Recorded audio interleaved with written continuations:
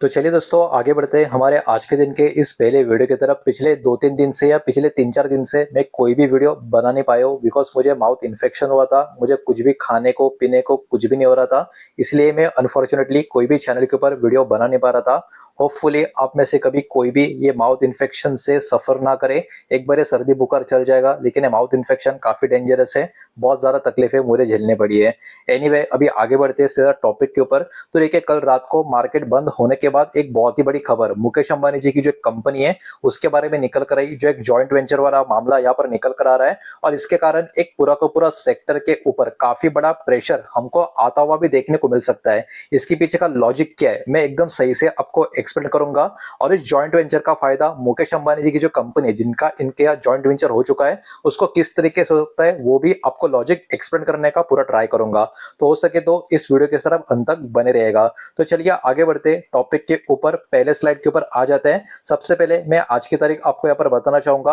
आज की तारीख है 19 जुलाई 2025। इस बात को आप याद रखें, शनिवार का दिन है। तो शनिवार रविवार जो भी अपडेट मार्केट में निकल कर आती है, हालांकि जो अभी खबर मैं आपको दिखाने वाला हूँ वो कल रात को शुक्रवार को रात को आई थी। तो ऑब्वियस सी बात है शुक्रवार को मार्केट बंद होने के बाद सैटरडे संडे जो भी अपडेट यहाँ पर हमको देखने को मिलती है उसका इंपैक्ट सोमवार को मार्केट में उस स्टॉक में उस कंपनी का जो शेयर होता है उसमें हमको देखने को मिलता है। तो अब ये जो खबर हमको देखने को मिल रही है वो जियो फाइनेंशियल सर्विसेज के बारे में आपको नजर आएगी। और आप सबको पता है ये रिलायंस ग्रुप का ही एक प्लेयर है। मुकेश अंबानी जी का जो रिलायंस ग्रुप है उसका एक प्लेयर आपको नजर आएगा। और जियो फाइनेंशियल सर्विसेज और अलायंस ग्रुप का यहाँ पर जॉइंट वेंचर होता हुआ आपको नजर आएगा।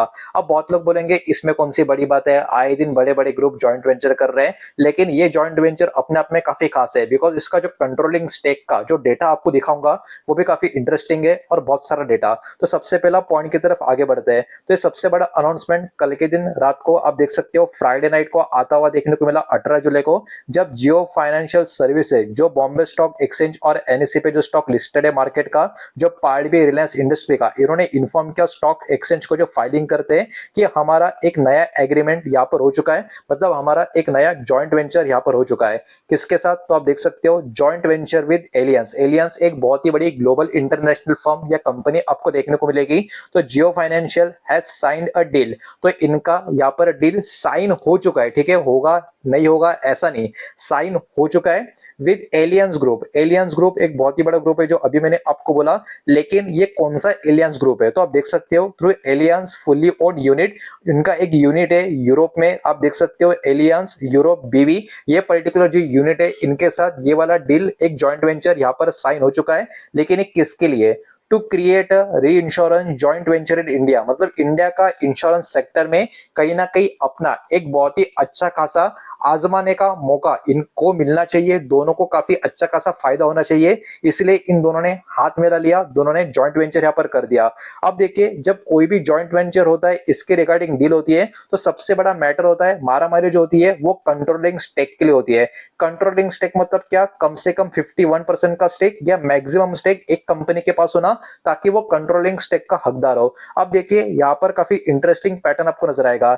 इक्वल पार्टनरशिप इन दोनों के बीच में देखने को मिली है बिकॉज दोनों अपने अपने जगह काफी बड़े नाम है। एक के पास कंट्रोलिंग स्टेक आने का मतलब क्या? दूसरे के स्टॉक के ऊपर नेगेटिव इंपैक्ट गिरना। और अगर यहाँ पर किसी एक के पास थोड़ा कम स्टेक होता, दूसरे के पास कंट्रोलिंग स्टेक होता, तो ऑब्वियस सी बात है जिसके पास कम स्टेक होगा उसके ऊपर कहीं ना कहीं स्टॉक के ऊपर नेगेटिव रिएक्शन आ सकता था। लेकिन यहाँ पर दोनों कंपनी ने कितना स्मार्टली लेके है, क्यों? दोनों कंपनी ने 50-50% का दोस्तों यहाँ पर जॉइंट वेंचर कर दिया। मतलब यहाँ पर किसी के पास भी ज्यादा स्टेक नहीं है। जॉइंट वेंचर में जियो फाइनेंस के पास भी 50% का स्टेक है और एलियंस ग्रुप के पास यूरोप का जो है जो यूनिट है इनके पास भी 50% का स्टेक है। तो यहाँ पर अगर 51% का स्टेक जियो फाइनेंस के पास होता तो सोमवार को स्टॉक में काफी भारी भरकम तेजी हमको देखने को मिल सकती थी। वही जियो फाइनेंस के पास अगर 49% का स्टेक होता तो हो सकता है स्टॉक में गिरावट या हल्का सा धीमापन भी देखने को मिल सकता था। लेकिन क्योंकि यहाँ पर 50-50% का स्टेक हो चुका है तो देखे ना काफी इंटरेस्टिंग होगा स्टॉक मंडे को कैसा बिहेव करता है। अब आगे बढ़ते हैं नेक्स्ट पॉइंट की तरफ। वीडियो को प्लीज लाइक करना, वीडियो को प्लीज शेयर करना। पहली बार चैनल पे आ चुके हो तो चैनल को भी सब्सक्राइब जरूर करना। अब इस जॉइंट वेंचर का पर्पस क्या है, तो ऑब्वियस सी बात है, इसका गोल है बेनिफिट लेना इंडिया का जो फास्टेस्ट ग्रोइंग या फास्ट ग्रोइंग इंश्योरेंस मार्केट है उसका। आप सबको पता है हमारा देश बहुत ही अलग अलग सेक्टर्स में लगातार काफी ग्रो कर रहा है और हमारा कंट्री एक डेवलपिंग कंट्री है, हमारा मार्केट एक इमर्जिंग मार्केट है और उसमें इंश्योरेंस सेक्टर का ग्रो भी पिछले बहुत समय में, खास करके कोरोना के बाद या कोरोना के बाद से लेके अब तक इंश्योरेंस सेक्टर का बूम लगातार काफी अच्छे खासे रेट से हो रहा है। तो इसी का ही बेनिफिट लेने का पूरा फायदा ये दोनों कंपनियां इस जॉइंट वेंचर के थ्रू करने का पूरा कोशिश कर रही है। अब देखिए जियो का फायदा क्या होगा, मतलब जियो का फायदा एलियंस को क्या होगा। जियो यहाँ पर अपना लोकल प्रेजेंस, मतलब अपने देश में जियो का जो प्रेजेंस है और डिजिटल रीच जितना भी जियो का हुआ है उसका फायदा यहाँ पर एलियंस ग्रुप जो है उनको होगा। और एलियंस का जो ग्लोबल एक्सपीरियंस है और जो ग्लोबल लेवल पे जो री इंश्योरेंस की एक्सपर्टीज है इसका फायदा जियो को होगा। मतलब यहाँ पर एक महाबली है, दूसरा बाहुबली है और ये दोनों भाई मिलके खलबली मचाने को तैयार है। दो भाई दोनों तबाही, कुछ इस टाइप का गणित यहाँ पर आपको देखने को मिलेगा। एक दूसरे की ताकत को दोस्तों इस्तेमाल करने का पूरा प्लान इनका बनता हुआ यहाँ पर आपको देखने को मिला है। अब एलियंस का एक्सपीरियंस देखे इंडिया में, तो ऐसा नहीं कि एलियंस को कुछ भी इंश्योरेंस का एक्सपीरियंस नहीं है, बिल्कुल है। बिकॉज पिछले 25 सालों से ये वाला ग्रुप इंडिया में पूरी तरीके से एक्टिव है और इंडिया के इंश्योरेंस सेक्टर में पिछले 25 साल से एक्टिवली काम भी कर रहे हैं, जिसमें ये लोग रिस्क इंश्योरेंस को कवर करते हुए आपको देखने को मिलेंगे। तो ऐसा नहीं कि एलियंस ग्रुप को बिल्कुल भी यहाँ पर एक्सपीरियंस नहीं है, बिल्कुल एक्सपीरियंस है 25 ईयर्स का, जिसमें ये इंश्योरेंस का जो रिस्क कवर होता है उसको यहाँ पर कवर करने का काम करते हैं। अब यहाँ पर अगला कदम क्या होगा, तो देखिए अभी भी भले इन दोनों के बीच में डील साइन हो चुकी हो, लेकिन कुछ कुछ जो रेगुलेटरी अप्रूवल्स होते हैं ऑपरेशन शुरू करने के लिए वो हल्का सा अभी रिक्वायर्ड होंगे। तो ऐसा नहीं कि ये नहीं मिलेंगे, ये मिल जाते। तो आप मान के चलो ये बस कुछ कहने की बात है, कुछ समय में ये भी अप्रूवल यहाँ पर मिल जाएंगे और उसके बाद इनका जो ऑपरेशन है, मतलब जो काम है जॉइंट वेंचर होने के बाद जो काम इनको एक्चुअल में इंश्योरेंस कैटेगरी में जो करना है वो इनका यहाँ से शुरू हो जाएगा।